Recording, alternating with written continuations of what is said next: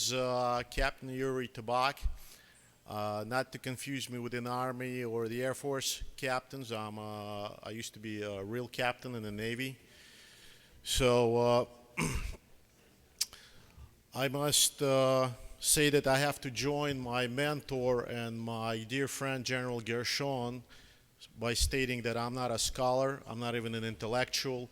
Just for being Jewish, I'm a little bit of a stand-up philosopher, but that's about it. And my only call to glory is that I was the first Soviet-born to be commissioned in the armed forces of the United States. And now I know who to thank. It's that talking dog that got myself and my parents from behind the Iron Curtain. Anyway, I would love to continue and talk about my favorite subject, which is me, but I'm told to stick around to this piece of paper and discuss my second favorite subject is targeted killings and determining the moral and legal boundaries of it. I like targeted killings, not that I'm against carpet bombings, but targeted killings, I just like the name, targeted killings. It's politically correct because it's not targeted elimination or selective neutralization. It's targeted killings. It's clear to the point. Look, if we don't like you as an individual or as a group of individuals, we're going to find you, we're going to target you, and we're going to kill you. So the issue is closed, problem resolved. The targeted killings are now commonplace in the military operations in the Middle East. This session is devoted to discussing what the correct moral and legal standards are for this new tactic. Well, I'm not sure this is a new tactic because targeted killings have been around for a while. Even though Russians were using carpeted bombings quite often, they also did not give up targeted killings, except today we use high precision weapons and the Russians used to use cheap umbrellas for targeted killings. What is the acceptable kill ratio between civilian casualties and the target? How is that standard established, or who establishes those standards? How effective are targeted killings, and is this technique the best option for minimizing civilian casualties? The session is devoted to analyzing the moral and legal aspects of targeted killings.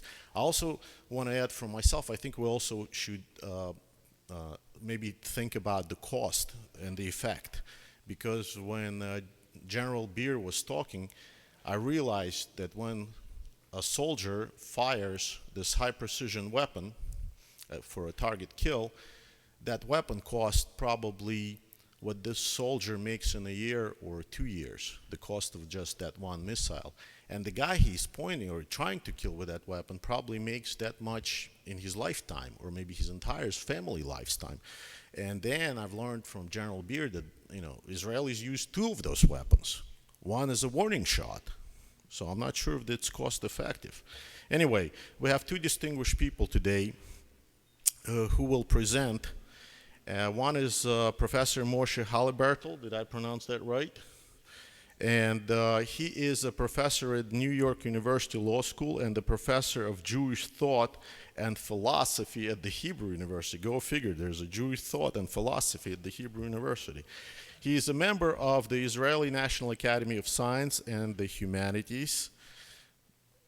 Jews always have to add humanities to the science.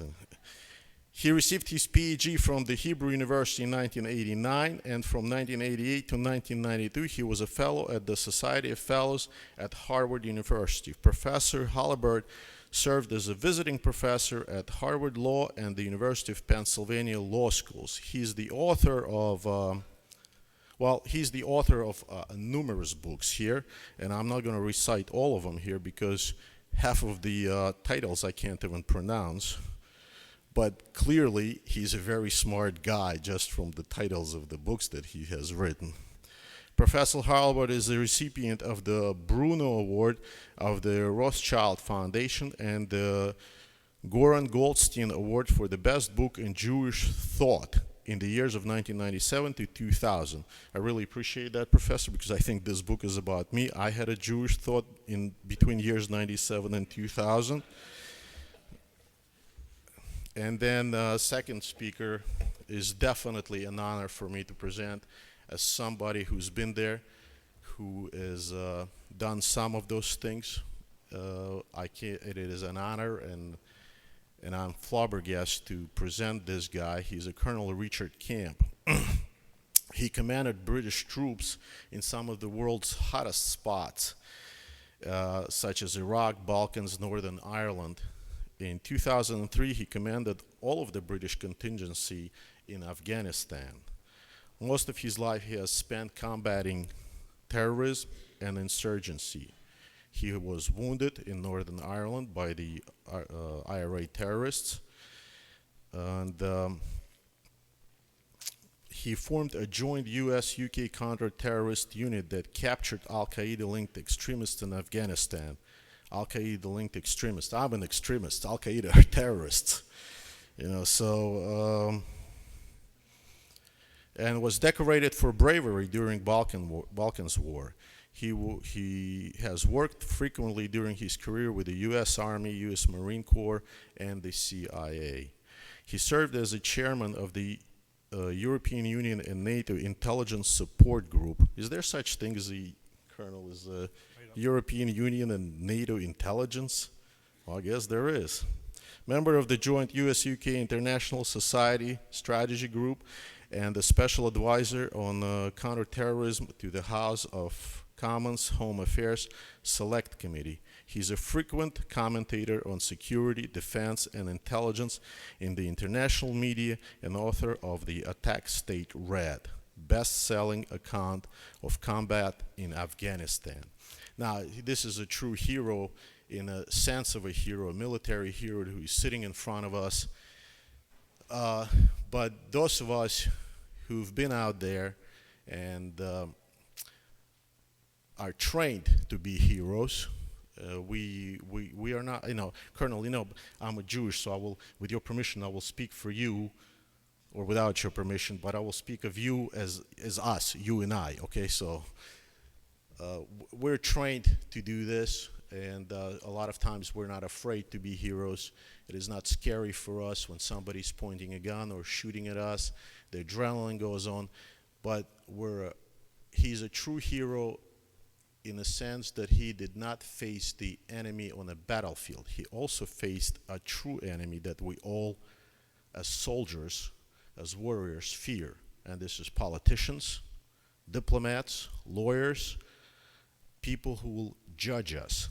Because when the firefight starts and your face is into the ground and everything that they taught you about ethics and honor is kind of right by you, and all you do is praying that none of your men are going to get hurt, you realize that those people are going to judge you, and they're going to judge you hard, and they weren't there with you, and they're going to say what you did wrong, but they never did anything themselves that even close to it.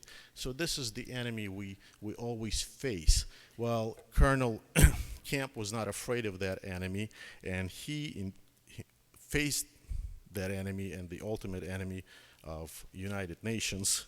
In 2009, he gave an evidence to the United Nations Human Rights Council in Geneva, counteracting many of Judge Richard Goldstone's assertions that Israel was guilty of war crimes in Gaza during Operation Cast Lead. So I'm honored to introduce both of these men. As in combat, or anytime there is a danger, we have to send first into harm's way our military. But since I can see in my professional judgment this is not a very dangerous crowd, there is no imminent danger to life, we're going to let the professor speak first. Well, good afternoon, and first thanks for the wonderful introduction. That was a real pleasure. And thanks for the introduction, and thanks for Beit Morasha, Friends of the IDF, Professor Shalom, and Major General Gershon. It's really honored to address you. And our subject is targeted killings. Grows out of unique conditions that we were facing. I'm speaking now in the Israeli context. Since, I would say, the 90s of the previous millennium. I was a soldier at the I think last symmetrical war Israel fought, the first Lebanese war. And when I asked myself what are the sort of moral dilemmas that we faced as a soldier at the time, I think it was mainly the treatment of prisoners of war. I compare it to the problems that our children face. I'm talking about daughters and son-in-laws. Listening to them, they're in a completely different world. I want to explain that world a little bit and tie it to the issue of targeted killings. It was mentioned already before me in the previous lectures. We are in an asymmetrical war. Asymmetrical war is defined by the following two features, if I want to conceptualize the situation. The other side, in our case, both Hamas and Hezbollah, want to erase two traditional, conventional features of war, which is uniform and front. Ordinary wars are conducted by two groups that distinguish themselves from the rest of their civilian population by wearing uniforms, and they also clash in a certain front or fronts in the battlefield. Hamas, Hezbollah, and other organizations want to erase those features. There is no uniform in their part. They don't distinguish themselves from their civilian surroundings. And also they shoot indiscriminately at civilians and soldiers in the other side. By the way, today we have a rocket, quite a massive rocket attack on our southern cities in Israel. Shot indiscriminately by the other side. They also want the war not to have a front. They want the war to be a war of all against all and everywhere, which is the condition of terror. And I think part of the logic of that, the strategic logic of that, is to draw us, in the case of Israel or case of other nations, into that type of war, meaning engaging in a war of all against all and everywhere. And by that, they're going to have two gains. First of all, they're going to draw a larger support among their own constituencies, because usually they start the war being far more radical than their own constituency. And more important, by engaging the other side in this type of war, the other side will going to lose its own legitimacy in his own eyes, or we will say its moral backbone will be broken. And the challenge for an army facing that condition of asymmetrical war is not to be drawn into a war of all against all, but actually force the other side into a front, and also force the other side, I would say, to wear uniforms when it doesn't have uniforms. There is another feature of the war, which is not only a war of all against all and everywhere, it's also a micro war. And here I believe lawyers might be friends of soldiers, By micro war, I mean it's a condition of, if I think of the days I have been a soldier, two armies are clashing in a battlefield. The moral problems are faced by the high command, maybe, by a few politicians. In today's warfare, it's a micro war because all engagements are a platoon against a platoon. The other side is trying to force a way in the battlefield a condition in which you cannot bring your advantages to bear in the battlefield. And the moral weight that is thrust upon the sergeants, the simple soldiers, is great. They have to decide whether the guy who's actually in the roof is a scout, is he maybe drying laundry, They have to make decisions that ordinary soldiers do not have to make decisions in symmetrical wars. Now, targeted killing, and here I would say, I want to make two main points about targeted killings, one more substantive and the other one's procedural. Targeted killing emerged in a situation where you don't have a wholesale definition of what a combatant is. In regular wars, you have a kind of a wholesale definition. Whoever wears uniform is a combatant. I remember the day when I was part of the group that drafted the ethics code of the Israeli military, and I remember, I think it's the year 2000, our forces had the following rule of engagement. That was the first days of the Intifada. Shoot at people who bear arms without uniforms. Those who have uniforms are not targets because at the time, the Palestinian police was not part of the fight. And I was asking myself, is in the history of military annals such an order given to an army? It shows you the anomaly of the situation. And you move from a wholesale definition of the enemy to a retail one. This is where targeted killing comes in. And the question you are forced to ask in a situation of asymmetrical war is, who's a combatant? So let me start with an attempt to define a combatant in a situation in which the other side doesn't separate itself from the rest of civilian population. Or I mean legally or morally speaking, how to apply the principle of distinction in a situation where the other side is trying to erase all distinctions. Now,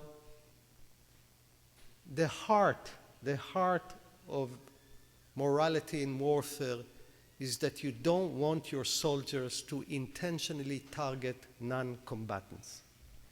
This is a murder. This is a crime. You want to maintain a sense of distinction.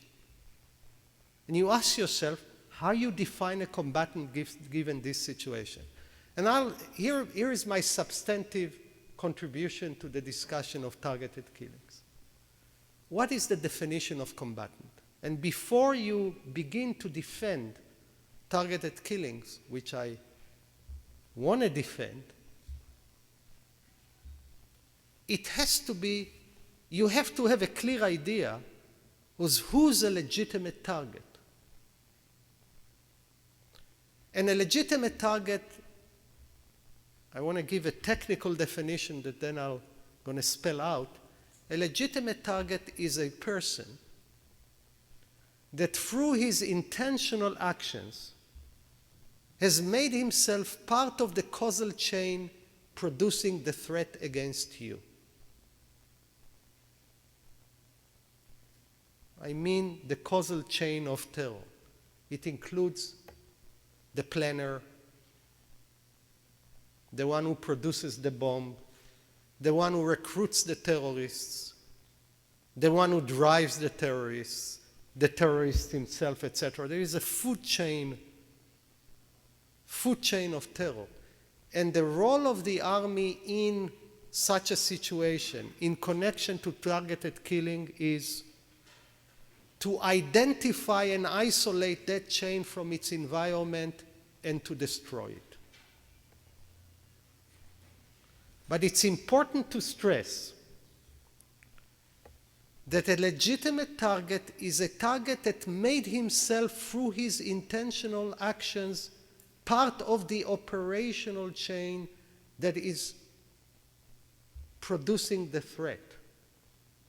It doesn't include people who write op-eds in the newspaper supporting terror. It doesn't include the civilians who cheer after bombing. It doesn't include mothers or parents who mourn for the shaheeds after they have done their murderous acts.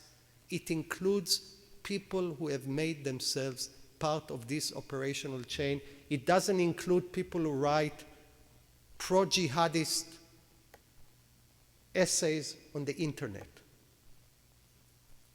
By the way, without a clear, transparent definition of a combatant in this situation, targeted killing will be a very dangerous activity.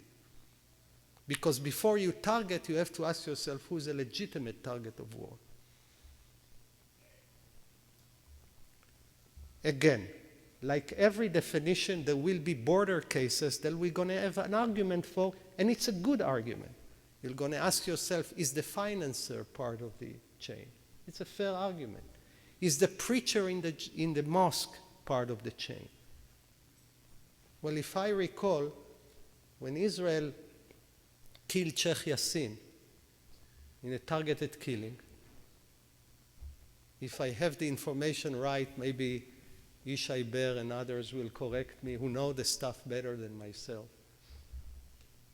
It was when Sheikh Yassin stopped being just a merely spiritual leader talking in general about jihad. When he gave an actual fatwa, I think it was to a woman, to go and blow herself in the Erez crossing, etc. You have to be part of that chain. And by intentional, I mean the following.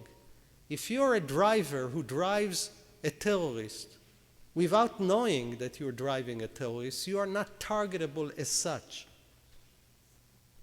You might be killed collaterally when someone will try to kill the actual target.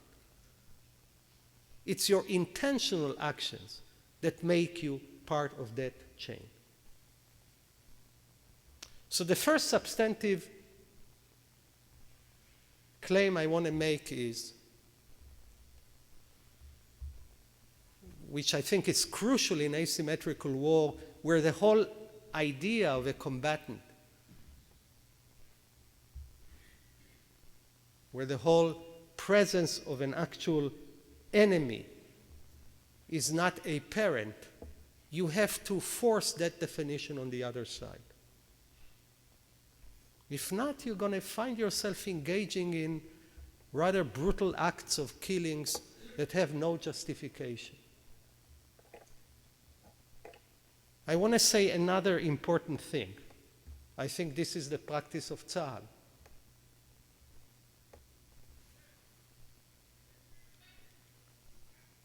Civilians who stay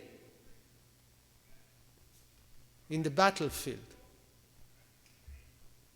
among other reasons because they want to create a moral hazard on you, are not combatants. They're not part of the operational machine of the other side. You cannot target them per se. You cannot say, well, oh, those, they might be harmed collaterally. They're putting themselves at risks. But we don't define them as targets.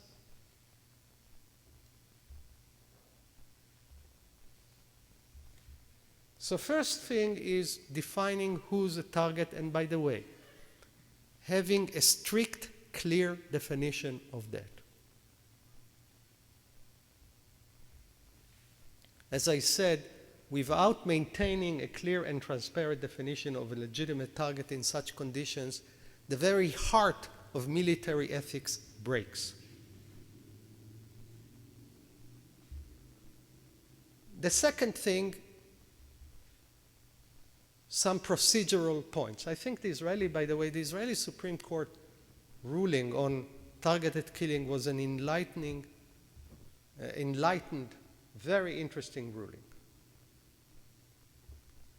There are arguments, and we hear it from the left or some groups, that targeted killings are executions without due process. And here we have to make an important point. Targeted killings are not punitive. Their goal is not punishment. A retired terrorist is not targetable as such. He should be brought to justice and punished and maybe executed under law. Targeted killing is a defensive act against someone who's there to pose a threat against you. And as far as due process goes, we know that the due process that has to be implied in situation of self-defense is very different than due process that has to be implied in situation of punishment, because in self-defense you are under imminent threat. And this is why this whole argument that before targeting X you have to hear his lawyer is a misunderstanding of the situation. Well, by the way, that puts a constraint on targeted killing, which is that the constraint on targeted killing is that it is preventive act of self-defense, not a punitive act of inflicting justice on the other side. If it's the realm of justice, then you enter the realm of law and courts, etc., etc. That's one procedurally important point. The second one, and that has to do with state sovereignty. Targeted killings are done all over the world, all over the place. The Mossad, the Israeli army, targets people, as different media outlets say, in Dubai, in Iran, etc., etc. You would say this is a violation of the sovereignty of the other side. The Americans are targeting people in Afghanistan, Pakistan, Yemen. Now, here's another point of importance. At the moment the sovereign of the other side is either unwilling or incapable of stopping the threat that poses upon you, then you are allowed to act within its borders to defend yourself. So it's not like Israel is allowed to target a terrorist in New York, because we assume that the United States is a sovereign that is willing to act against that same terrorist and has the capacity to do it. But in rogue states or states who actually support those groups, this argument for the sovereignty of states really does not exist. That's the second procedural point. The third procedural point, and I think this is very important.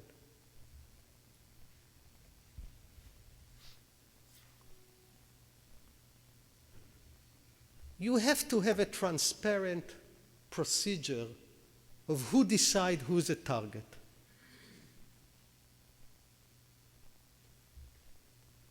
This is a very risky business. And I think every country that is involved in targeted killing has to have an independent body that is privy to all the information and is not under the chain of command either of the CIA or the military. It has a way of assessing probability and the power of evidence which is independent, and it gives allowance and legitimacy to the targeting. You don't want the army or the secret services to be the only ones who make the call on this issue.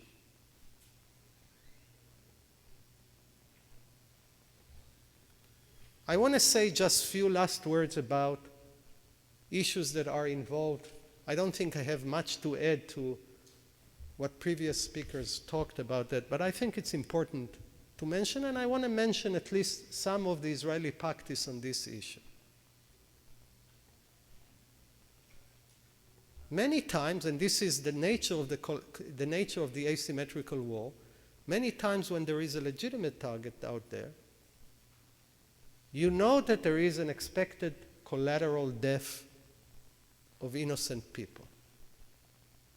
And here I'm just following Michael Walzer's guideline, which I think is very smart and wise and justified, which is that targeted such cases in which collateral damage, collateral killing is expected, can be justified only under the following two conditions.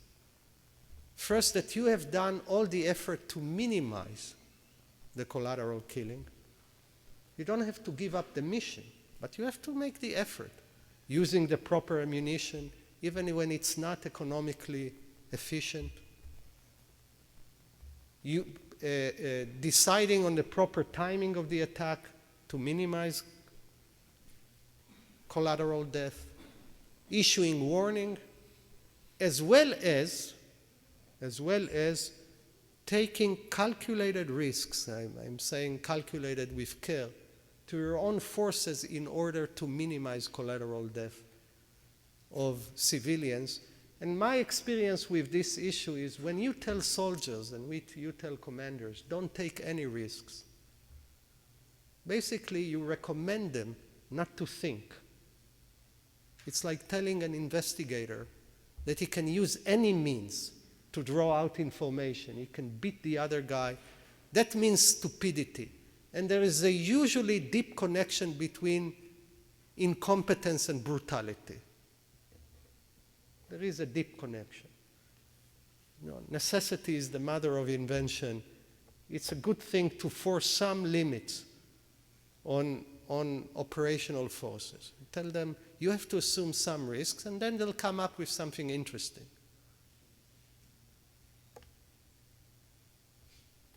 So, if I want to conclude, I think the practice of targeted killing is justified. Not only that it's justified, morally speaking, is much better than any other alternatives given that war. Because the other alternative is a conquest of all countries. It's a widespread war that brings greater death. If, by the way, I think Ishai Ber, in that respect, I agree with Ishai's comments before. I think, for example, if the Syrian conflict can be ended by a targeted killing of Bashar al-Assad, it will be much better, morally speaking, than landing with all of NATO forces in Syria, causing immense civilian death from these operations. It's the same with Saddam and Iraq. So actually, there is something morally preferable about targeted killing. Given two things. Given that you have a good, careful way to define a legitimate target through this idea of what I called the part of the operational chain of posing the threat, one.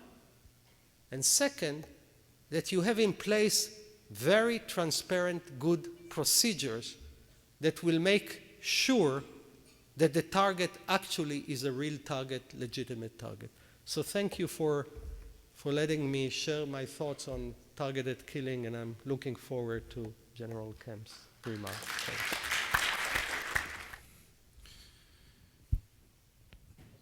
Ladies and gentlemen, during my remarks this afternoon, I will be referring to the use by the United States of drone strikes against terrorist targets. And this reminds me that the United States has had its own experience of drone attack itself, as stirringly brought out in your national anthem, which speaks of the rocket's red glare. And these words refer to the Congreve rockets used by British troops attacking Baltimore in 1812. And my own regiment, the 44th Regiment of Foot, was part of the attacking force on that occasion. If there are any here in the audience still concerned by this unethical use of extreme weapons of war, please accept my apologies. At the time, we felt them to be legitimate and very necessary. Ladies and gentlemen, Operation Anthropoid was the code name for the targeted killing of SS Obergruppenführer Reinhard Heydrich, the Nazi Reichsprotector, in Prague on the 27th of May 1942. The operation which succeeded in eliminating this evil figure, responsible for so many deaths, was planned and executed by the British Special Operations Executive, the same organization that planned Operation Foxley. And I have a copy here of the 1944 operation order, which states that the object of Operation Foxley was the elimination of Hitler and any high-ranking Nazis or members of the Führer's entourage who may be present at the attempt. But the world today is very different from the world of 1942 and 1944. So why do civilized Western countries like the United States of America and Israel still think it necessary to resort to such apparently uncivilized techniques of targeted killing 70 years on? The reality, ladies and gentlemen, is that today we must contend with a form of conflict that was not even conceived as a possibility at the time of the Hague Conventions, the Geneva Conventions, or the writing of the Charter of the United Nations. This form of conflict owes its current state of evolution to 21st century globalization, to the revolution of the internet, to the social linkages, the sharings of techniques and information, the lightning fast communication, the possibilities for secrecy afforded by multi-million messages flashing around the world every second, to the world's increasingly porous borders, to unprecedented levels of migration, to the explosion of global air travel, and to a proliferation of increasingly powerful and increasingly portable weaponry. This form of conflict allows small networks of individuals separate from any state and without even the need for state backing to wield military power across international borders, carrying out violent attacks with the ferocity and impact that would once have needed the full-blown resources of national armed forces. The challenge is exacerbated by the willingness, the desire of Al-Qaeda and other Islamist extremists to unleash violence without any restraint whatsoever. We have seen how Western nations can now have their people targeted for attack by non-state individuals and networks who operate from beyond territories under their control. Often cooperation in countering these terrorists cannot be obtained from the governments where the terrorists have created their base. Often these terrorists operate from ungoverned territory or territory governed by regimes that are unable or unwilling to stop them. The Pakistani federally administered tribal areas, Yemen, Somalia, Sinai, the Palestinian territories, Lebanon, all have been used to plan and launch international terrorist strikes. We may perhaps soon add to this grim list Mali, Syria, Libya, and once again, Afghanistan. It is a fact that the overwhelming majority of Al-Qaeda-related terrorist attacks planned against Western interests since 9/11 had links back to Pakistan and to the tribal areas, including the 2 attacks in London in 2005, the attacks in Bali, and the 2010 attempt to bomb Times Square here in New York. What should be done against the continuing threat to our countries from this region of Pakistan?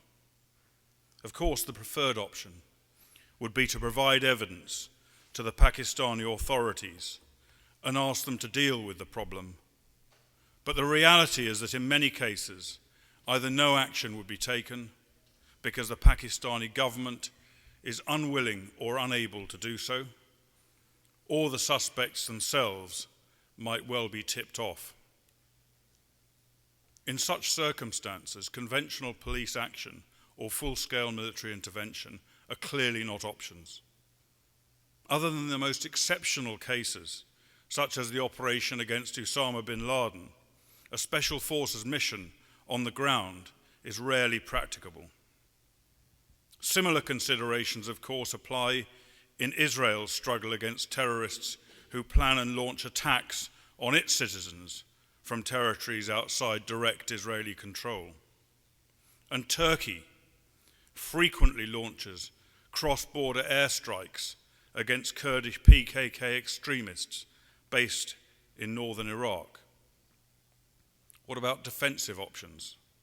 Some can be calibrated on the basis of specific intelligence, but such defenses, however good, can never provide fail-safe protection, as we have seen time and again when terrorists have succeeded in penetrating them. That does not leave too many options open to us. One is targeted killing by drone strike. To most people, targeted killings are abhorrent, and rightly so. To single out individuals or groups of people, to enter them on a kill list, and then to violently deprive them of their lives without any chance to defend themselves, without any reasonable form of legal process, seems to go against all of our notions of civilization, democracy, and the rule of law. But the question that must be asked is simple enough. Does any government have the choice of not protecting its people from violent assault if it has the lawful means to do so? In this case, reliable, actionable intelligence that an individual or group threatens our people, and an instrument that stands a high likelihood of killing them. I would say, first of all, that targeted killing must be a last resort. It must meet the test of necessity. Capturing terrorist suspects, either by indigenous forces or by a special forces cross-border operation, would be a preferable choice if either of those two were a possibility. But terrorist choices of territory from which to conduct operations will naturally reduce such options. As well as necessity, for military action to be moral, just war theory requires that it is discriminate and proportionate in the pursuit of legitimate ends. What are the legitimate ends? The US government say that they target terrorists only in order to mitigate an actual ongoing threat, to stop plots, prevent future action, and save American lives. It would be very hard to objectively argue against the legitimacy of self-defense as the objective for this form of military action. And are other ends also legitimate? Some argue that revenge and retribution are justification for targeted killings.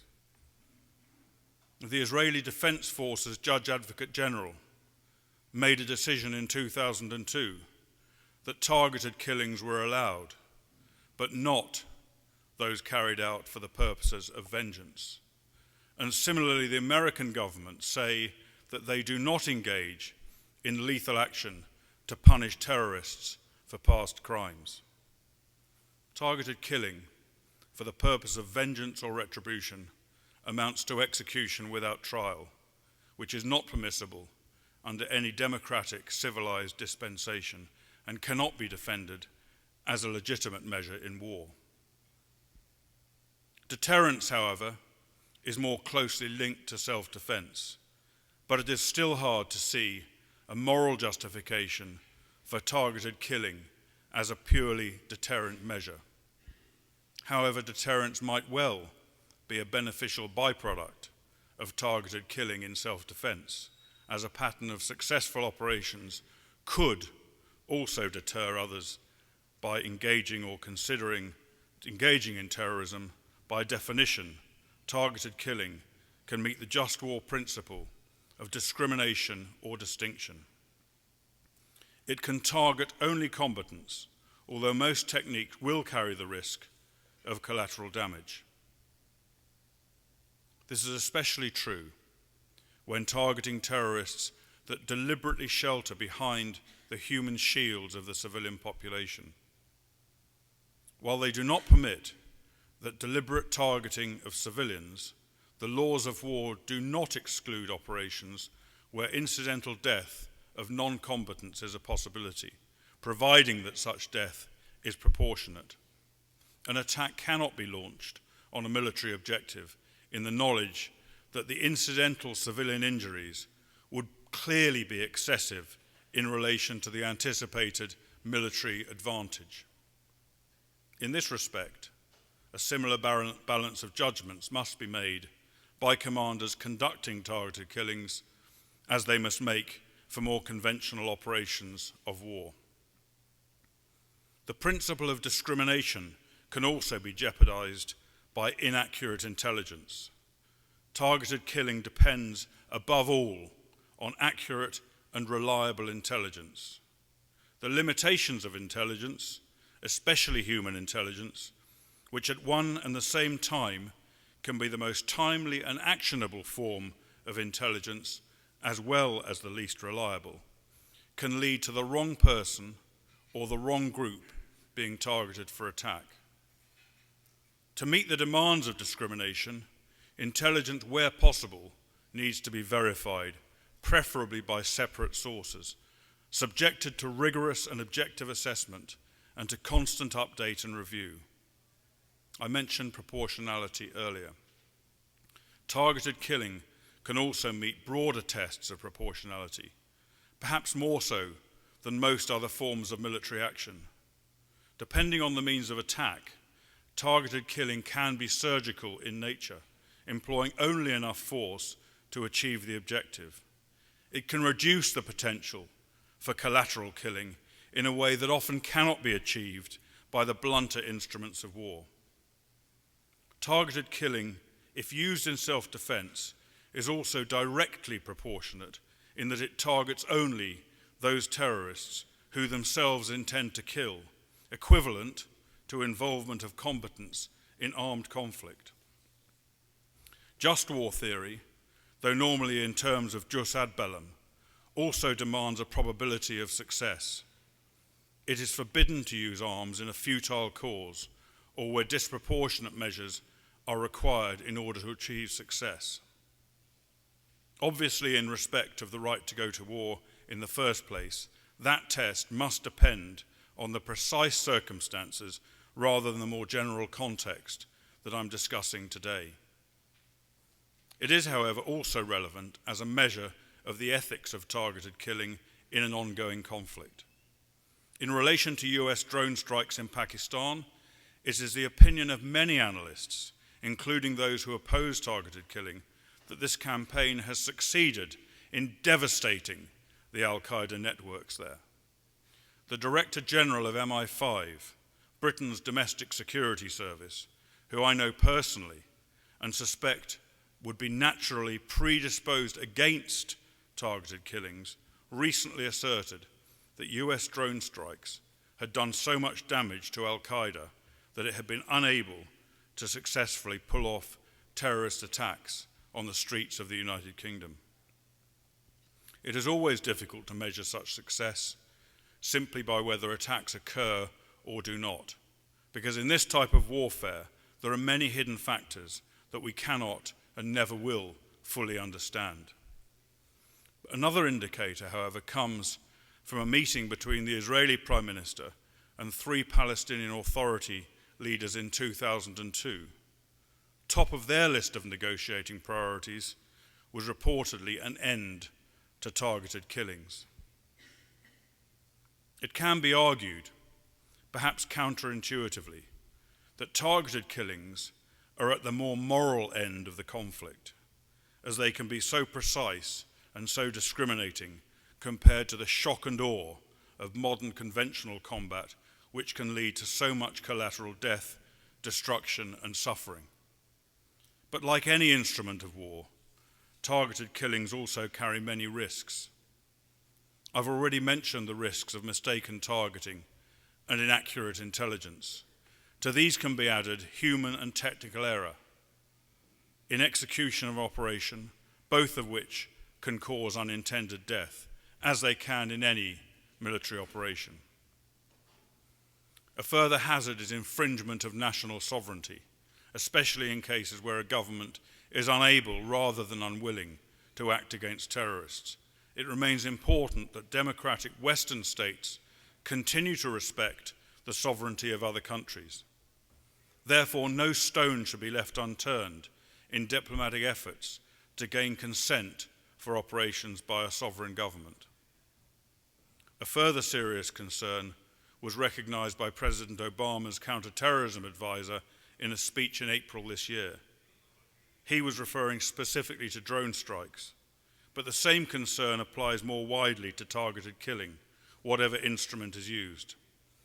Brennan said, "We are establishing precedents that other nations may follow, and not all of them will be nations that share our interests or the premium we put on protecting human life, including innocent civilians. If we want other nations to use these techniques responsibly, we must use them responsibly. If we want other nations to adhere to high and rigorous standards for their use, then we must do so as well. We cannot expect of others what we will not do ourselves." Western democratic nations that resort to targeted killings must always be mindful of this extremely serious implication, which will undoubtedly have a bearing on their future ability to use their own prestige to influence less responsible regimes. A further concern is the extent that targeted killing can stir up rage, hatred, and provide motivation to join a terrorist cause. This hazard need not rule out targeted killing as a policy, even if it is believed that a strike will recruit others to the terrorist cause. Instead, it is just another factor that must be considered by decision makers and is not unique to targeted killing operations. I said at the beginning that most people intuitively find targeted killing to be an abhorrent practice, and of course it is, like all forms of war, abhorrent. But I believe that targeted killing, depending on the circumstances in which it is used and the controls placed upon it, can represent a measured response to a horrific and lethal threat, a moral, legitimate, and effective instrument of warfare. Above all, I believe that it is a necessary form of warfare because in some circumstances it is the only effective means of countering the threat. However, there is a strong, perhaps prevalent, groundswell of public and expert opinion against targeted killing. Much of this is caused by Israel's use of targeted killings and motivated, as is so often the case, by anti-Israeli sentiment rather than any rational or objective analysis. To recognize that, you only have to consider the relative lack of international condemnation of the killing of Osama bin Laden, to some extent the lack even of condemnation over US drone strikes in Pakistan, Yemen and Somalia, and the almost total silence about Turkey's frequent strikes against the PKK in northern Iraq. Nevertheless, this opposition to targeted killing must not be ignored. If targeted killing is viewed in the mainstream as unlawful and immoral, then there is the risk that its necessary use could be curtailed and that those involved with its planning, authorization, and implementation are subjected to prosecution, either at home or in overseas jurisdictions. Uncomfortable though it sometimes may be, it is incumbent on Western democracies that use targeted killings to be as open and transparent as they can be, and to assert their cause powerfully and publicly. That is why recent speeches and comments on drone strikes by the Obama administration are to be welcomed. Greater transparency on controls, intelligence, rationales, justifications within the limits of what reasonable operational security will allow, if combined with an active public information campaign, might also help mitigate the anger that, as I mentioned, can be stirred up by these techniques. Western democratic states that want to use targeted killings must do all they can to prevent this instrument from descending into anything that allows it to be compared by reasonable people to the barbarities of the terrorists that it aims to defend against. That dissent can be mitigated by the application of ever greater rigor in its authorization and control procedures, applied to development of intelligence collection and analysis techniques upon which it so heavily depends. This area is vital, as it represents the central objection to the whole practice of targeted killing. Government, acting as evidence gatherer, prosecutor, defense counsel, judge, jury, and executioner. Mitigation can also be achieved by continuous improvement of the technologies used for its implementation, to reduce the potential for collateral killing and error in target identification. This again is a critical area which understandably triggers huge amounts of concern against the practice. Finally, in the absence of greater legal clarity on this extremely challenging and controversial issue, practitioners of targeted killings should ensure that they are closely guided by the compass of just war theory and the laws of armed conflict. Thank you, ladies and gentlemen.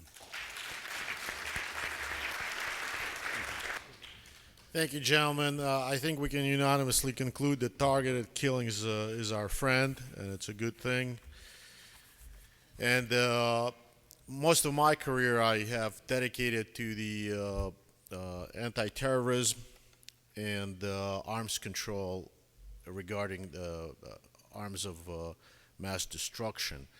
And I can say that in today's environment, I think we should be prepared or preparing ourselves to conduct targeted killings in order to prevent the spread of the weapons of mass destruction.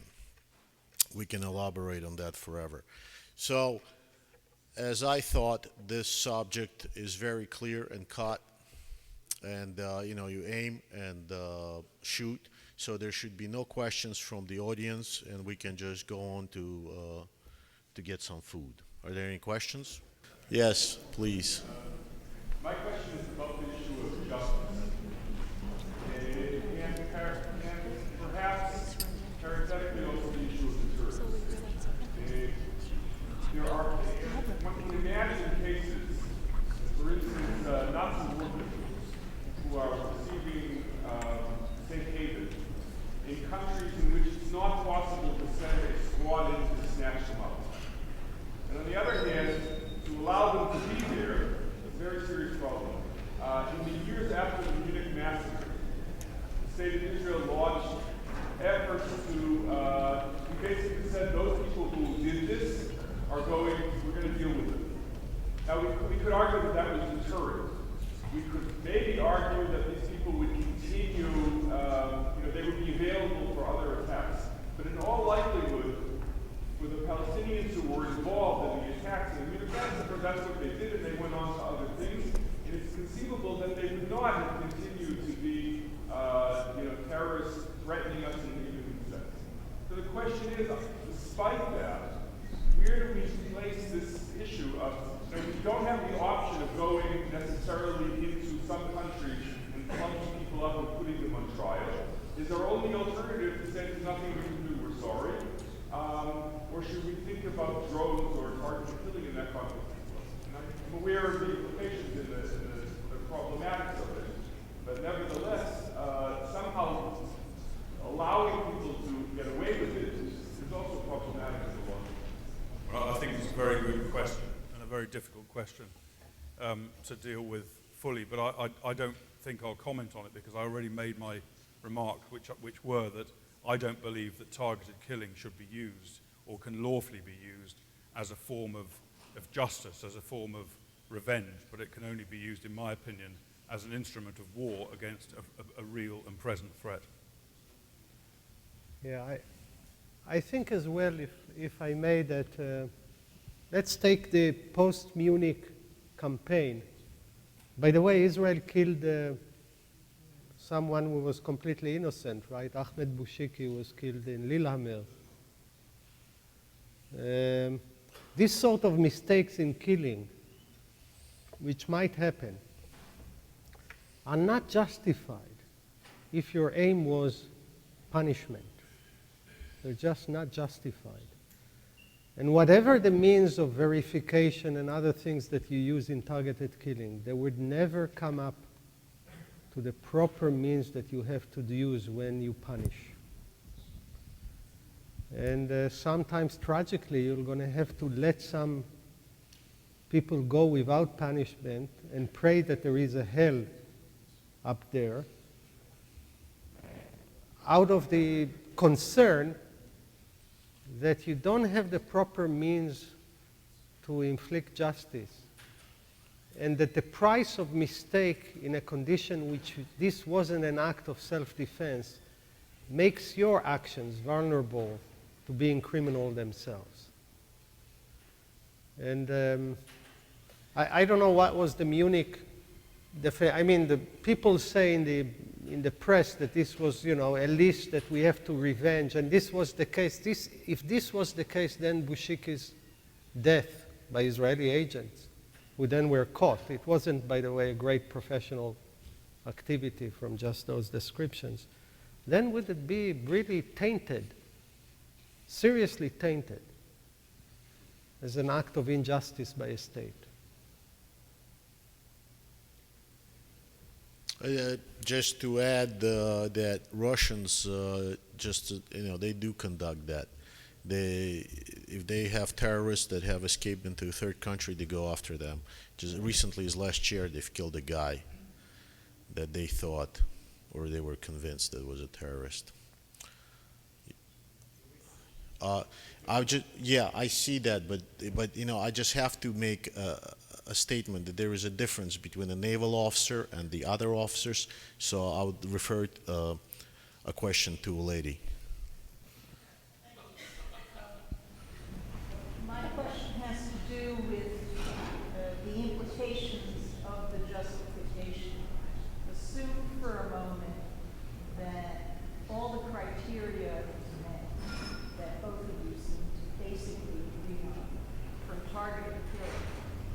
But instead what we have is a terrorist in prison who has set a bomb ticking. Can you use for the same justification, can you justify brutality to get a confession as to how to disarm the bomb? Torture. We wouldn't do that. No way. That's brutality. It is. I mean,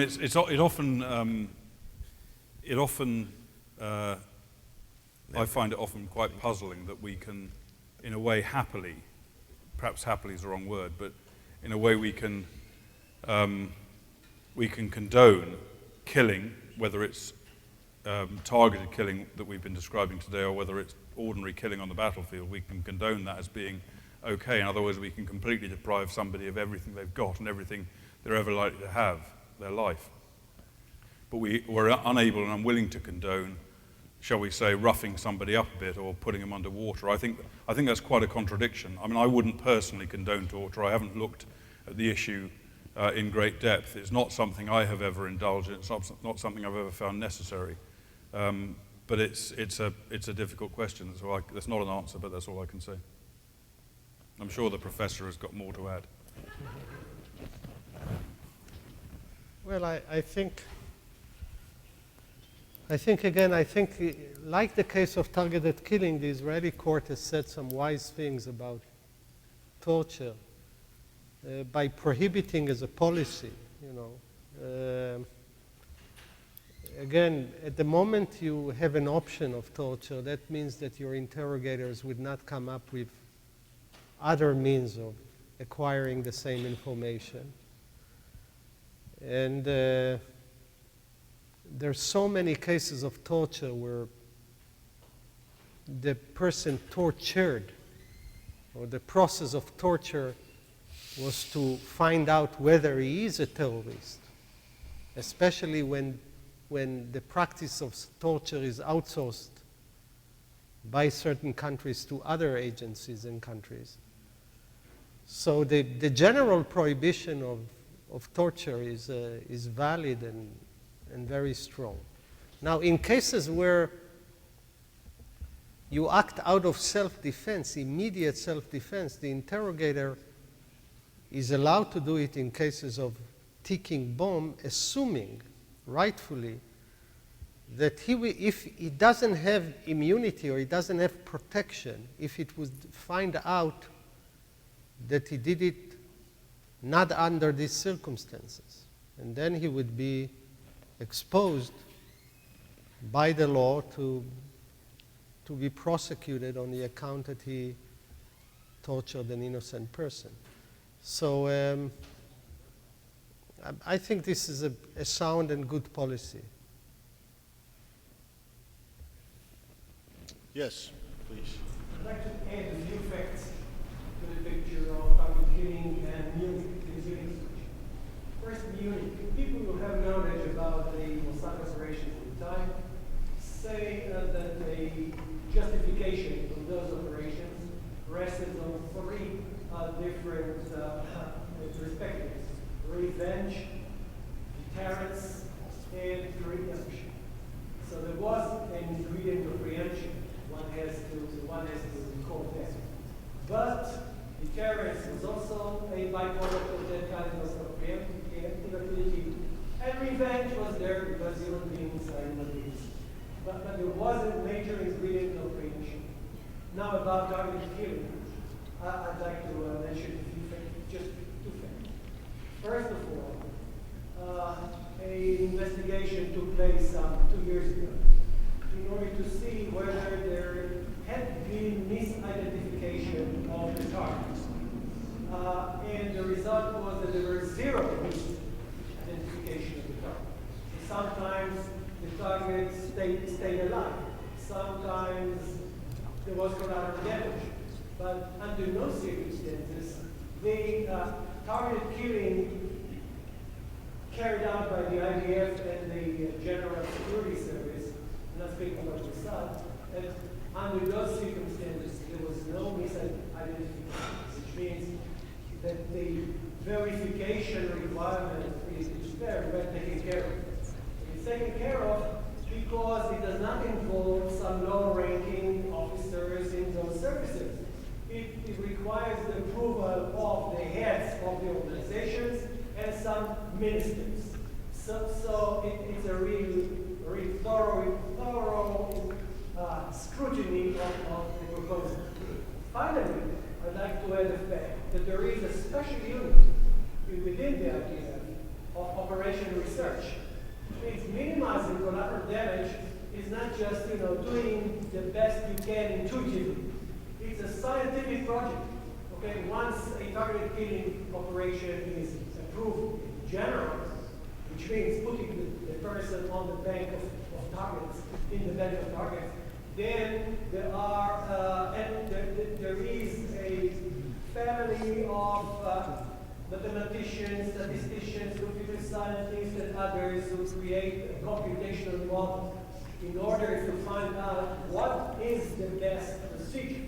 Best procedure means very high probability of hitting the target and as low as possible a probability for causing collateral damage, or causing as small collateral damage as possible. So there is something very thoroughly taking place in that operation research unit before some pilot or some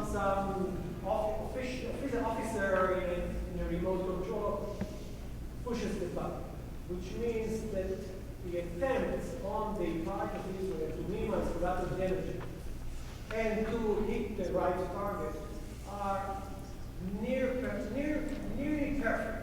And what is imperfect about it, the general said it, talked about abhorrence. Okay, it's always abhorrent to kill people. I mean, ideally, nobody kills anybody, right? But given the necessity to perform such activities, I think that the way it is conducted by Israel is of very high moral standards. Great. I mean, I'm glad general officers make no mistakes. Please. I was wondering if the two speakers could talk about the issue of training people that do this type of work. For example, the New York Times, there's an article about the fact that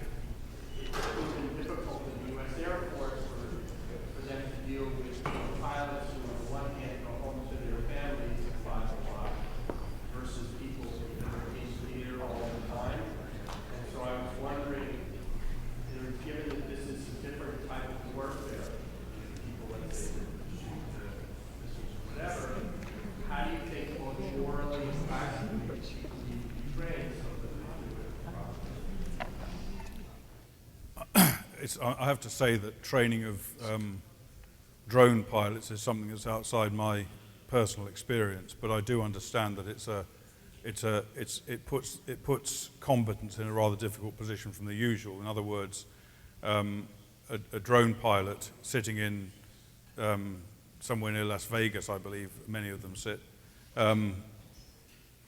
is completely distanced and divorced from the battlefield and doesn't face any danger, really, doesn't face the kind of close-up, reasonably close-up confrontation with the results of his actions that an aircraft or a helicopter pilot face. So he's in a very different situation. I think in some ways that is an advantage, because clearly he's not under the same pressures that a fighter pilot or a helicopter pilot are under. He is sitting in relatively remote conditions, relatively comfortable conditions. He has got pressures he's under, but he's not got the same pressures. So I think it's a different form of training, and in some ways it makes it easier for him to be able to do his job. On the other hand, I think